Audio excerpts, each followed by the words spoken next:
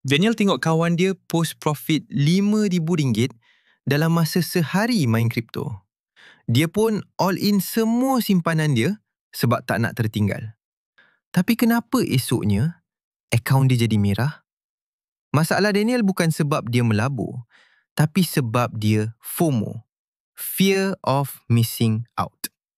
Dia nampak pucuk hijau, dia terus terjun tanpa tahu apa itu fundamental. Ramai orang muda anggap pelaburan ni macam mesin ATM. Masuk duit, terus keluar untung.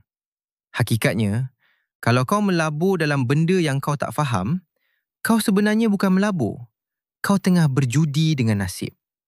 Pelaburan paling mahal bukan pada modal, tapi pada ilmu dalam kepala kau sebelum kau klik butang buy. Berhenti jadi penyumbang kekayaan kepada scammer. Ilmu dulu, baru modal.